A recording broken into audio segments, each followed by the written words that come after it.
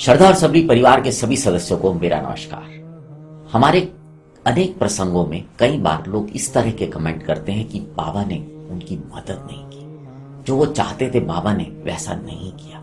इसी वजह से वो बाबा से नाराज भी हो जाते हैं। बाबा से नाराज होना या ना होना यह हर व्यक्ति का व्यक्तिगत मत होता है, लेकिन आज का जो प्रसंग है अगर आप उसे अंत तक सुनेंगे तो समझ पाएंगे कि बाबा के जो संकेत होते थे, बाबा के जो आदेश होते थे, बाबा की जो दूरदर्शिता थी वो बहुत दूर तक देख लेती थी। आज का प्रसंग सुनाने के दौरान हमने कुछ चित्र इस्तेमाल किए हैं जो हम नहीं जानते किसने खींचे, किसने बनाए, लेकिन बाबा से प्रार्थना करेंगे कि वो उन पर और उनके परिवार पर सदैव ही अपनी कृपा बनाए रखें और जो श्रद्धा सबरी परिवार है इसके सदस्यों का भी सदैव सदैव मार्गदर्शन करते रहें, उनको रास्ता दिखाते रहें, उनको जीवन में आगे बढ़ने के संकेत भी देते रहें। तो आते हैं अब आज के प्रसंग पर। आज का जो प्रसंग है ये साईं लीला मैगजीन सन 1923 में जो प्रकाशित हुई थी उसके अंक 7 का है और ये मराठी से अनुवाद किया और इस अनुवाद करने के लिए मैंने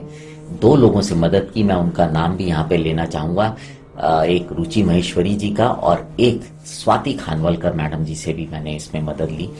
उसके बाद मैं आपको एक प्रसंग सुनाने जा रहा हूं। इस प्रसंग में एक विशेष बात और है, क्योंकि ये पत्र जो थे जो प्रकाशित हुए काका साहेब दीक्षित के द्वारा लिखे हुए थे, तो इस प्रसंग को जब मैं सुन रहा था, पढ़ने की कोशिश कर रहा था, तो एक बात समझ में आई कि काका साहेब दीक्षित उस समय बाबा के साथ ही बैठे हुए थे द्वारका माई में, और ये बड़ी विशेष बात थी। और जो उन्होंने लिखा है वो उन्होंने स्वयं सुना था। तो अब आते हैं प्रसंग पर। एक बार शिरडी में बाबा के दर्शन करने के लिए द्वारकानाथ प्रधान जी आए और द्वारकानाथ प्रधान जी अपने ससुर साहब से एक पत्र लेकर आए थे। उस जमाने में पत्र लेकर अक्सर वही लोग आया करते थे जो कि पहली बार शिरडी में आते थे और जिनको बाबा से कोई विशेष प्रार्थना करनी होती थी, और साथ ही साथ जो भक्त उन्हें पत्र देता था बाबा उससे बहुत अच्छी तरह से परिचित होते थे, तभी वो पत्र देकर भेजते थे। तो यहां पर द्वारकानाथ जी अपने ससुर से पत्र लेकर आए थे, लेकिन अब उनके ससुर का नाम इसमें नहीं लिखा हुआ, इसलिए मैं नहीं जानता कि उनके ससुर साहब कौन थे। खैर वो पत्र लेकर आए, उन्होंने बाबा को प्रणाम किया और बाबा के हाथ में वो पत्र दिया। बाबा ने उस पत्र को उल्टा पकड़ा और धीरे से बुदबुदाए, जा रही है क्या? अब ये जो उन्होंने बोला था ना, जा रही है क्या, ये किसी ने नहीं सुना, लेकिन काका साहेब दीक्षित जो बाबा के नजदीक बैठे थे उन्होंने इस बात को सुन लिया।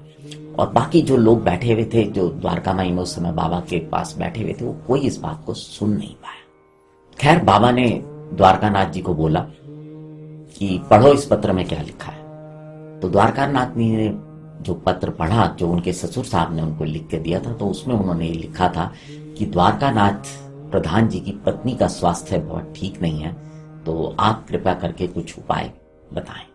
पत्र पढ़ने के बाद द्वारकानाथ जी ने कहा कि वो परिवार को लेकर कब शिरडी आए। तो बाबा ने उत्तर दिया, 4 दिन में आएगी। 4 दिन के बाद जो हैरान करने वाली घटना हुई वो ये हुई कि द्वारकानाथ जी की पत्नी इनका देहांत हो गया। अब उस समय अगर मैं बात करूं तो शिरडी में आना जाना इतना आसान नहीं था जैसे कि आज हम कोई हवाई यात्रा से, रेल यात्रा से शिरडी पहुंच जाता है, और ना ही उस समय मोबाइल फोन थे या व्हाट्सएप था जिससे कि मैसेज भेजे जा सके। तो ये सूचना उस जगह तक पहुंचानी, क्योंकि अगर द्वारकानाथ जी कहीं नजदीक रहते तो उनके ससुर साहब भी उनके साथ आ जाते, लेकिन उन्होंने पत्र दिया था, इसका मतलब वो जहां भी रहते थे वो डिस्टेंस था और शिरडी से दूरी थी। तो 4 दिन में शायद पहुंचना संभव नहीं था। लेकिन 4 दिन बाद एक विचित्र घटना घटी और सूचना मिली कि वो जो द्वारकानाथ जी की पत्नी थी उनका देहांत। अब यहां पर कुछ लोग सोच सकते हैं कि बाबा ने तो कहा था कि 4 दिन में आएंगे। अब इसके अलग अलग अर्थ हो सकते हैं, अलग अलग मतलब हो सकते हैं। क्या बाबा ने पहले ही संकेत दे दिया द्वारकानाथ जी को कि 4 दिन में वो शरीर छोड़कर चली जाएंगी, या 4 दिन में ऐसा तो नहीं कि उनका जीव शिरडी में आ जाएगा बाबा के पास। अब ये जो चीज है ये मैं नहीं जानता, लेकिन उस प्रसंग में इतना ही लिखा हुआ है।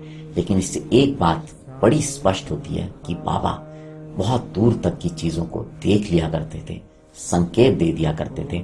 और मैं आपसे भी निवेदन करूंगा, अगर आप इस प्रसंग को सुन रहे हैं तो आप भी अपना जो इस प्रसंग को सुनने के बाद आपके मन में विचार आ रहा है कि क्या कहा होगा बाबा ने, वो आप कमेंट में जरूर लिखिएगा।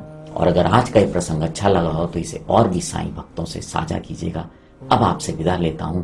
जुड़े रहें श्रद्धा और सबरी के साथ।